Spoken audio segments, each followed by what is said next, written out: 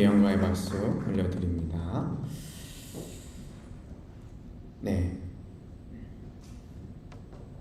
광복절입니다. 이 뜻깊은 날 우리에게 내 조국과 내 백성이 하나님 앞에 예배드릴 수 있는 것이 얼마나 감사하고 복된 일인지 우리는 공기가 없지 않는 이상 그 공기의 소중함을 모르듯이 내 나라가 없지 않은 이상 내 나라가 소중한 것을 잘 모르며 삽니다. 그러나 예수를 믿는 사람은 내 나라가 얼마나 소중하고 얼마나 하나님 앞에 영광을 올려드리며 회개하며 주님 앞에 나가야 할지를 다시 한번 생각해야 합니다. 그리고 세계적으로 전염병이 들끓는 이 시대에 다시 한번 이 나라를 세워야 되는 사명과 절대적인 우리의 생각과 모습이 무엇을 하나님 앞에 드리고 무엇을 버려야 할지를 생각해 보지 않는다면 지금 여러 나라 가운데 죽음의 그림자와 공포가 다가온 것이 잇따라 이 나라 내 조국 가운데에서도 벌어지지 않으리라는 보장은 없습니다.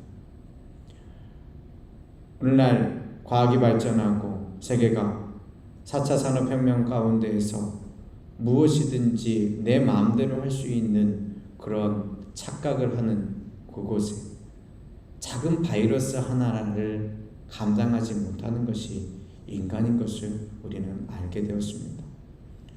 인간의 수명이 80세까지 건강하게, 아니 잘만 먹고 잘 쉬고 웰빙의 삶을 살면 한 120살도 살겠다라고 하고 생각했던 이 자리에 나이 든 것이 죄가 아니지만 담배 피는 것이 죄가 아니지만 그렇게 나이 들은 사람이 혹은 흡연을 하는 사람이 전염병에 쉽게 감염되고 또 중증으로 넘어가고 목숨을 잃는 호흡을 할 수 없는 상황들을 우리는 2년 동안 지켜보면서 더 이상 죽음이 우리와 먼 것이 아니라 내가 이 순간에도 그 전염병으로 인하여서 죽음과 너무나 가까이 있는 사람인 것을 우리는 지금 깨닫고 또 깨달아야 하지만 잘 모르는 시대 가운데 있습니다. 더 이상 흥청망청 쓰고 내 생각만을 위하여서 내가 원하는 것만을 위하여서 내 자녀들만을 위하여서 삶을 살아가는 것이 결단코 내 행복을 보장해 주지 않건만 아직도 웰빙을 찾고 아직도 무언가 재테크만을 생각하며 살아가는 인생이 얼마나 헛되고 잘못된 인생인지 깨닫지 못하고 회개하지 못하는 그리스도인이 문제라는 것을 우리가 알고 나도 회개하고 그렇게 돌아오지 못하는 사람들을 위하여 우리는 기도하며 대신 회개해 주어야 하건만 우리가 그렇게 못하는 것이 광복의 날을 맞은 이때 우리가 세상 물질 문명과 일제 치하보다도 그 일본의 억압보다도 더 엄청난 억압과 우리들의 세상 문명에 취해 있는 그 사단의 소용돌이 가운데서 아직도 광복하지 못하고 아직도 우리가 밝은 빛을 보지 못하고 아직도 하나님의 나라를 세우기 위하여 헌신하지 못하고 아직도 하나님의 뜻대로 서지 못하는 것을 당연하게 여기는 우리의 모습 속에서 하나님께서 우리에게 허락하신 예수 그리스도의 핏값이 헛된 것은 아닌지 다시 한번 생각해 볼 이때라는 사실입니다. 오늘 성경에 나와 있는 헤롯, 안디바 1세, 아그리파 1세, 헤롯, 아그리파 1세의 모습을 통하여 이 모습이 내가 되지 않기를 기대하였으면 좋겠습니다.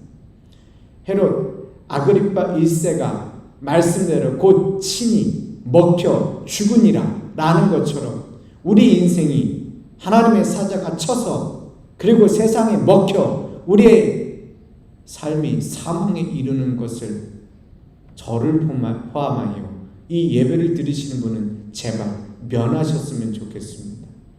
그래서 충심을 가지고 말씀을 전하는 것이니 오해하지 마시고 주 안에서 말씀을 능력으로 은혜로 받아들일 수 있기를 주의 이름으로 축원합니다.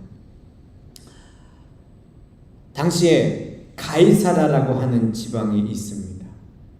정확한 명칭은 가이사라 빌립보입니다. 이 가이사라는 구약시대 요빠 항구로 알려져 있습니다. 그런데 항구가 어떠한 도시입니까?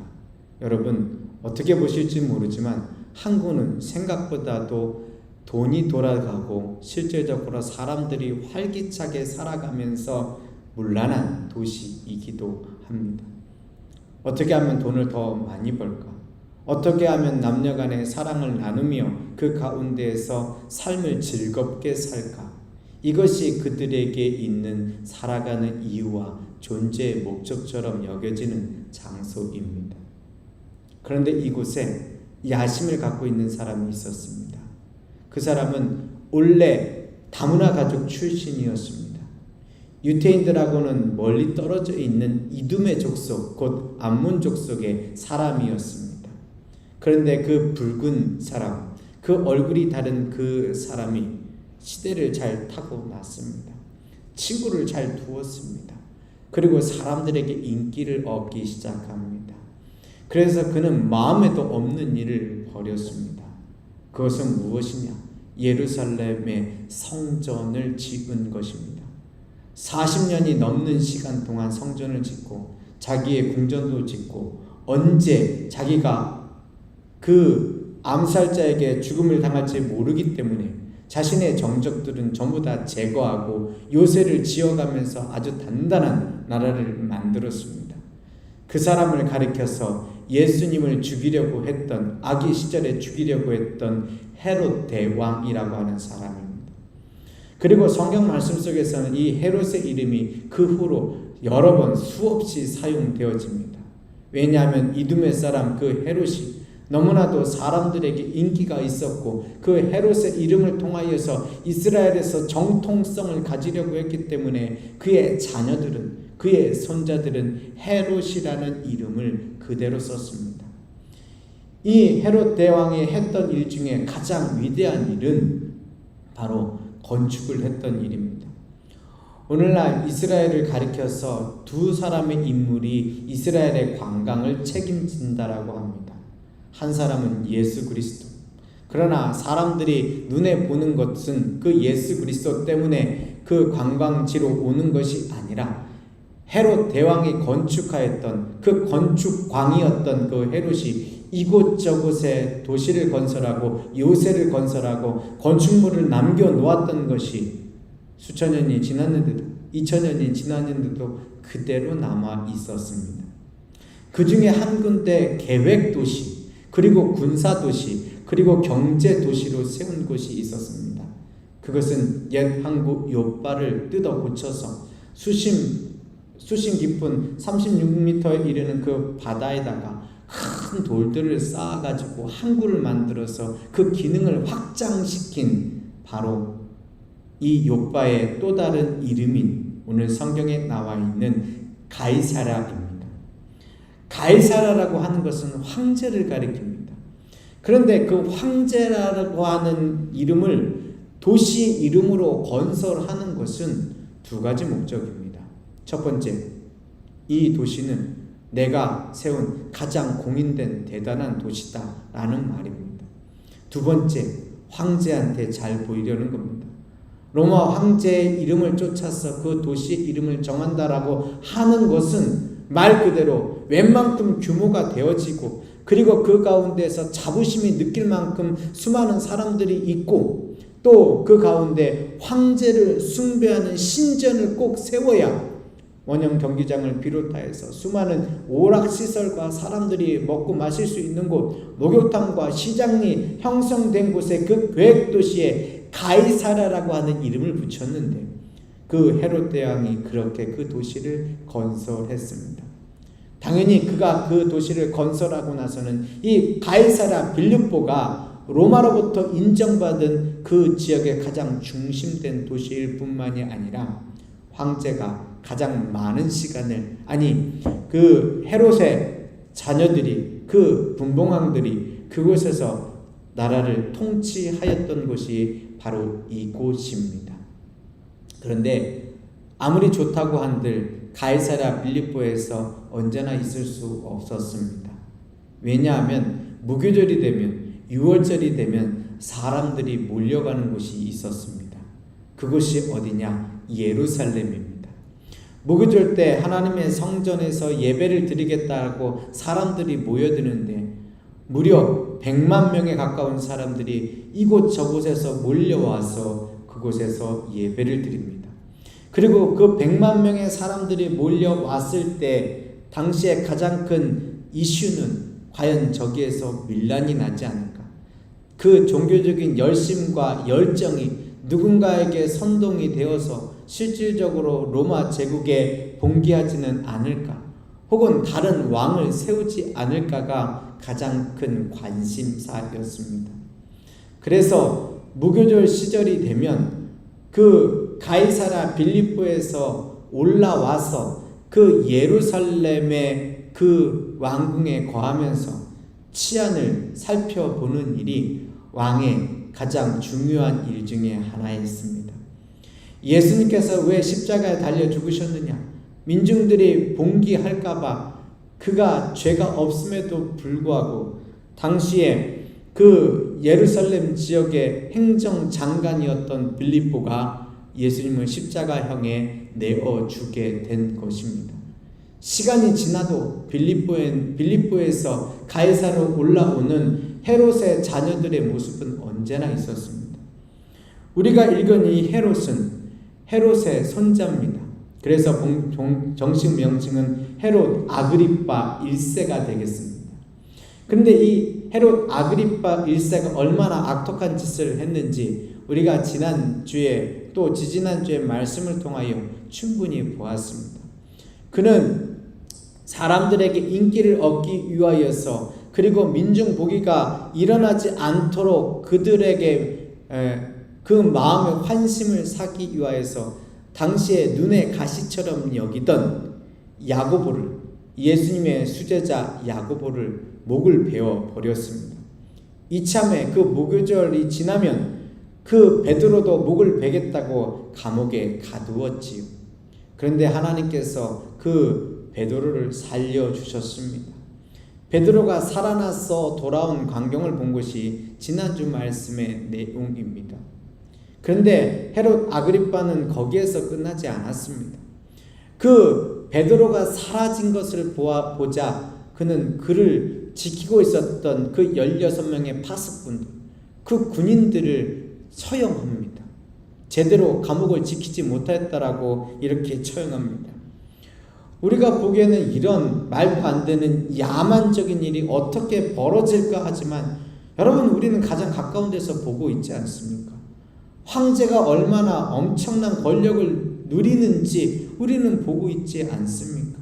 주변의 나라들 가운데서 보는 그 황제의 권력이 어떠한 역할과 모습을 감당하는지 우리는 알고 있지 않습니까? 오늘날 세계나 과거의 세계나 마찬가지입니다. 그러나 황제가 그렇게 한다고 하여서, 혹은 왕이 그렇게 한다고 해서 저 사람은 못됐네 하고서 넘길 것이 아닙니다.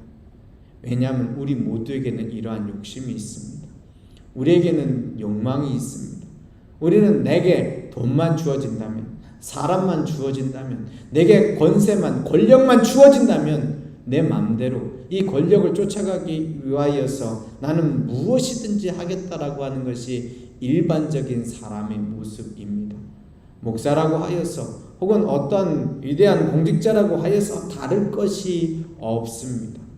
따라서 사람에 대하여 믿기보다는 그 사람이 회개하고 하나님 앞에 언제나 겸손하게 서야 될 것이 우리의 자리라는 것을 깨달아야 결국은 우리의 지도자들도 지키고 우리 자신도 지키고 우리의 백성들도 지킬 수 있는 것입니다. 그런데 오늘 그렇게 가이사랴로 머물었던 그 헤롯 아그리파에게 재미난 일이 하나가 발생합니다. 그것은 무엇이냐 하면 그 주변에 두로와 시돈 지역에 있는 사람들에게 굉장히 화를 내는 헤롯의 모습이 오늘 20절 말씀에 우리는 볼 수 있습니다. 여러분, 사실 주류가 아닌 사람이 주류가 되면 더 주류를 핍박하기도 하지만 정말 아무것도 아닌 사람들을 더 핍박하고 힘들게 하는 거 아십니까? 헤롯이 사실 다문화 가정이었죠. 그런데 그 헤롯이 그 자녀들 대대손손 왕의 자리를 갖고 있으니까 어떠한 일이 발생하느냐? 두로와 시돈은 사실은 이방 사람들입니다. 그런데 어쩌면 그들을 우대하고 환대해도 모자를 판에 오히려 이 사람들에게 노여워한다라고 이야기를 하고 있습니다. 당시에 우리가 지금 12장에 있는 상황을 잘 알고 계셔야 되는데 11장에서 예언을 통하여서 당시에 큰 흉년과 환란이 있었다라는 것을 우리가 알고 있습니다. 그리고 그 흉년과 환란 속에서 헤롯이 사람들이 환심을 사고자 그 관심을 돌리고자 교회를 핍박했던 것을 우리는 성경 말씀 속에서 읽었습니다. 그리고 그때 바나바와 사울이 안디옥 교회에서부터 예루살렘까지 내려와서 부조를 하고 어려운 사람들을 돕고 교회 장로들에게 그 헌금을 구제 헌금을 하는 것을 우리는 보고 있는 상황인 것을 볼 수 있습니다. 그럼 오늘 12장 20절 말씀 속에 헤롯이 두로와 시돈 사람에게 노하면 어떠한 일이 발생을 할까요? 성경은 자세하게 나와 있지 않지만 그 단서가 되는 말을 이렇게 얘기합니다. 그들의 지방이 왕국에서 나는 양식을 먹는 까닭이라 라고 얘기를 합니다. 그러니까 무슨 얘기냐? 사실 두로와 시돈도 작은 무역 항구입니다. 거기에서 여러 가지 곡식들이 나는 것이 아니라 실제 그 곡식들을 그 유대 지역에서 사와야 되는데 곡식 모자르잖아. 고장 곡식 모자란데 저기까지 줄 거 있어? 그럴 필요 없어 라고 하면서 그 명분을 가지고서 헤롯이 양식을 주는 것을 끊어버립니다.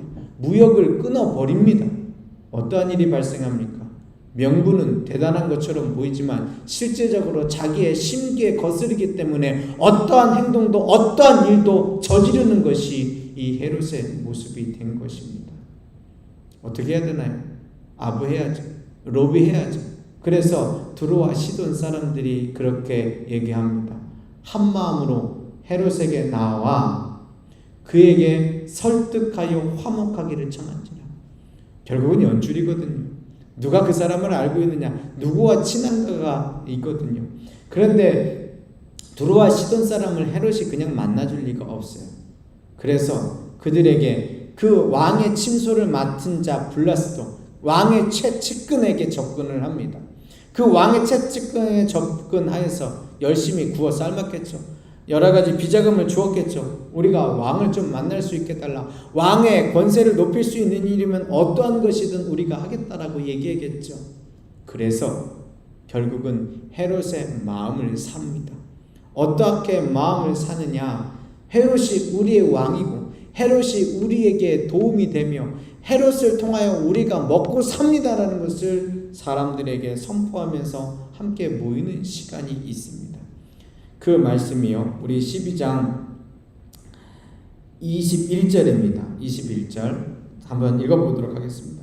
헤롯이 나를 택하여 왕복을 입고 단상에 앉아 백성에게 연설하니 라고 얘기합니다.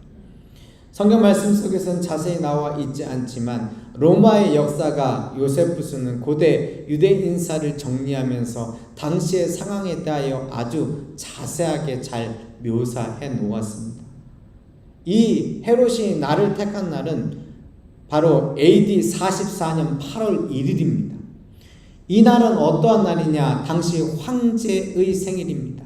로마의 황제의 생일이며 실질적으로 당시에 벌어졌던 일이 무엇이냐 하면은 로마 황제가 저 영국을 정복하고 돌아와서 그 성전을 기념하기로 약속한 날입니다. 그래서 로마하고는 거리가 멀리 떨어져 있지만 로마의 분봉왕인 이 헤롯이 이 날을 택하여서 자신의 권위와 역할들을 만들어 가려고 했던 것입니다. 우리로 말하면 오늘 8.15 강복절과 같이 뭔가 중요하고 대단한 날이죠. 그 로마 제국이 엄청난 권위가 세워지고 그 로마 제국 가운데서 작은 부분이었던 이 헤롯 아그리파 1세가 다스리는 그 지역과 자리들이 사람들 앞에서 다시 공인을 받고 실질적으로 뭔가 나의 권력이 세워지는, 그 헤롯 아그리파 1세의 권력이 세워지는 날이겠죠. 그래서 헤롯은 그 날에 특별히 은으로 만든 왕복을 입고서 사람들 앞에 나갔다라고 합니다. 그러니까 오늘의 말씀처럼 이 왕복을 입고 단상에 나가 사람들에게 말할 때에 그 왕복이 그 햇빛에 비쳐서 너무나 영롱한 빛깔을 내어 보이면서 사람들이 찬탄합니다. 사실은 아부의 절정이겠죠. 그 아부의 절정이 22절 말씀입니다. 백성들이 크게 부르되 이것이 신의 소리요 사람의 소리가 아니라 하노니. 여러분, 사람들이 어떻게 아부하느냐? 헤롯 아그리빠를 향하여서 당신은 단순한 인간이 아닙니다. 당신은 신의 아들입니다. 당신은 신입니다. 라고 이야기를 합니다. 여러분, 오늘날 이런 광경이 없을까요? 아닙니다. 너무나도 심각하게 있습니다. 단지 그것을 문화와 예술로 포장할 따름이지요. 간단한 예를 듭시다. 저 평양에서요, 능라도 체육관인가요? 수만 명이 함께 모여가지고 있습니다. 거기에서 그 나라의 지도자가 나옵니다. 사람들은 그를 향하여 추앙합니다. 저 최고 존엄은 신이다라고 얘기를 합니다. 그런데 놀랍게도 그 모습을 보면서 자, 저 이단, 저들을 위하여 내가 왜 기도하지 않나? 라고 말하는 사람은 별로 없습니다. 참 대단하다. 어떻게 저렇게 독재국가를 이루었을까? 이런 말만 합니다. 중국에서 수많은 사람이 수재민으로 목숨을 잃고 자신의 모든 것들이 다 무너졌습니다. 그런데 그것이 치부라고 감추는 것이 실제적으로 하는 첫 번째와 마지막 일이 됩니다. 그런데 그 체제의 정당성만 주장하고 애쓰는 것이 과연 맞는 일입니까? 이것은 곧 공산주의라고 해서 거기는 악이고 우리는 선이다라고 말하는 것도 아닙니다. 여러분, 권력은 절대 부패하게 되어 있습니다. 그것이 이 대한민국이라고 해서 다른 것 아니고, 그리고 저 미국이라고 해서 다른 것 아니고, 가장 복지적이고 가장 민주적인 그 어떤 국가라고 하더라도 다른 것이 아닙니다. 인간이 신의 자리에 갔을 때, 인간이 그 권력에 취해 있을 때, 그 권력이 통제받지 않고 견제받지 않고서 세워져 갈 때 그곳은 언제든지 타락하게 되어 있고 언제든지 부정부패가 되어 있을 수밖에 없고 언제든지 그 가운데서 힘들고 어려우면 눈물 짓는 사람이 백성이 있을 수밖에 없다라는 것입니다. 우리는 죄인입니다. 죄인은 주님 앞에 나와서 회개하면서 우리의 연약한 모습을 고백하고 주님께서 우리를 긍휼히 여기시기를 바라야 합니다. 그것은 그 어떤 지도자라도 예외가 될 수 없는 것입니다. 그래서 우리의 모습 속에서 하나님의 나라를 위하여서 주님께서 우리에게 무엇을 보여주시는지를 알아야 합니다. 오늘 참 허무하지만 인생의 진리가 그따 음절 말씀 23절에 나와 있습니다. 제가 한번 읽어보도록 하겠습니다. 헤롯이 영광을 하나님께로 돌리지 아니함으로 주의 사자가 고치니 벌레에게 먹혀 죽으니라. 우리가 읽은 성경 말씀은 벌레에게라고 이야기하는데 헬라어 원문을 찾아보면 이것은 오늘날로 말하면 세균을 가리킵니다. 여러분, 헤롯은 자기의 권위로 사람들의 목숨을 앗아갈 수 있을 거라고 생각했습니다. 자기의 권세와 그 권력으로 천년만년 권력을 누리며 살아갈 수 있을 것이라고 생각했습니다. 그런데 보십시오. 히틀러를 보십시오. 그 어떠한 독재국가의 지도자들을 보십시오. 그들의 권력이 100년이 갔습니까? 50년이 갔습니까? 우리의 눈에는 굉장히 오래 가는 것처럼 보이는 그 어떠한 권력도 하나님께서 잠시 맡기셨을 뿐 그들에게 천년만년 누릴 수 있는 그 어떠한 제국도 이 땅 가운데는 존재하지 않았습니다. 이렇게 권력을 갖고 있는 사람도 마찬가지인데 우리는 무엇합니까? 우리가 갖고 있는 욕망은 어찌합니까? 내 삶 가운데 이렇게 누군가 칭찬하고 내가 무엇인가 할 수 있다라고 내게 힘이 있다라고 여겨지면 혹시 이렇게 말하는 것은 아닙니까? 내 삶의 영광은 하나님께 있는 것이 아니라 나 자신에게 있는 거라고 말하지 않습니까? 오늘 성경에 있는 기록을 로마 역사가 요세푸스는 이렇게 자세하게 전하였습니다. 사람들이 그가 말을 할 때에 탐복하고 그를 너무나도 존경하는 그 순간 당시에 가장 유대인들에게 불길한 징조였던 올빼미 한 마리가 그 성전의 그 앞에 앉아 있는데 그것을 헤롯이 바라보는 즉시 배를 움켜쥐고 쓰러졌다고 합니다.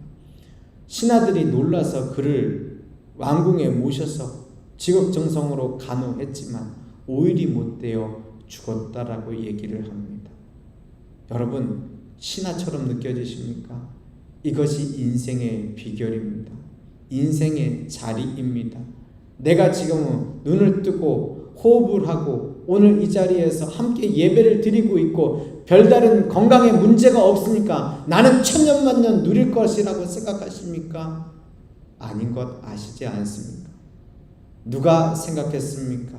작은 전염병이 수천 명, 수만 명, 수십만 명, 수백만 명을 이렇게 1, 2년 사이에 그 목숨을 앗아갈 수 있을 거라고 누가 생각했습니까? 누가 장담할 수 있습니까? 치료제만 개발이 되고 치료제만 보급이 되면 이 질병이 아무것도 아니라고 누가 생각할 수 있겠습니까? 누가 백신이 있어서 안심할 수 있다라고 얘기하겠습니까? 누가 고소득 연봉을 갖고 있다고 해서 누가 내 사업체가 커다란 사업체를 가지고 이곳저곳에서 돈이 끝없이 밀려온다고 하여서 그 돈의 가치가 대단한 것이라고 장담할 수 있는 사람이 누가 있습니까? 이 세상에 하나님이 잠시 준 재물과 하나님이 잠시 허락하신 생명의 연장이 언제 끝날지 모르는 우리가 아직도 하나님의 말씀 속에 젖어들지 못하고 하나님의 말씀 가운데 세워지지 못하고 하나님의 말씀대로 나의 삶의 영광이 하나님께 있는 것을 기대하지 않고 이렇게 내 자신에게 그 영광을 돌린다면 하나님이 하시는 일은 단 하나 곧 주임의 사자가 친히 작은 세균에게 먹혀 숨을 거두니라 죽으니라가 우리의 인생의 답이라는 사실입니다. 여러분 그거 아십니까? 이것은 하나님이 개입하지 않을 수 없는 일이라는 사실입니다. 우리 인생이 하나님을 쫓아가지 않을 때에 우리 인생은 저주받은 인생입니다. 하나님의 말씀에 반응하지 않고 죽음의 나락으로 달려가는 그 인생이 하나님께서 치시지 않으면 그야말로 저주받은 인생입니다. 그러나 하나님이 치시면 그리고 돌이킬 수 있으면 그리고 정말로 돌이키면서 주님 앞에 자복하고 회개하며 나가면 그 인생이 하나님께서 구원의 백성으로 삼으시고 인도하시는 이 진리를 우리가 지금도 모르고 살아간다는 것이 너무나 안타까울 따름입니다. 말씀을 마치겠습니다.